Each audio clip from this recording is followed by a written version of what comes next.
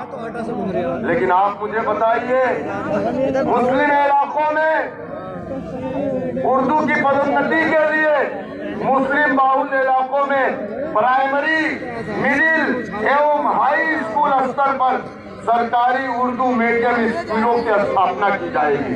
पूर्व की तरह रोजी रोटी से जोड़ते हुए नौकरियां दी जाएगी।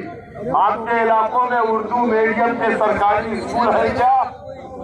है? हाथ उठाइए अगर है तो। नहीं है तो हाथ उठाइए।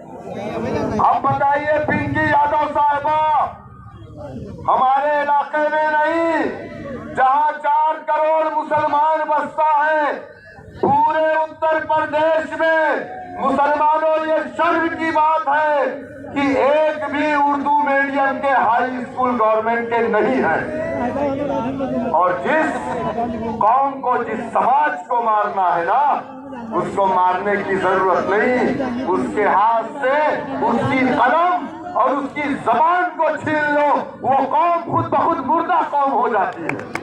यही हुआ हमारे साथ। आप बताइए मुझे,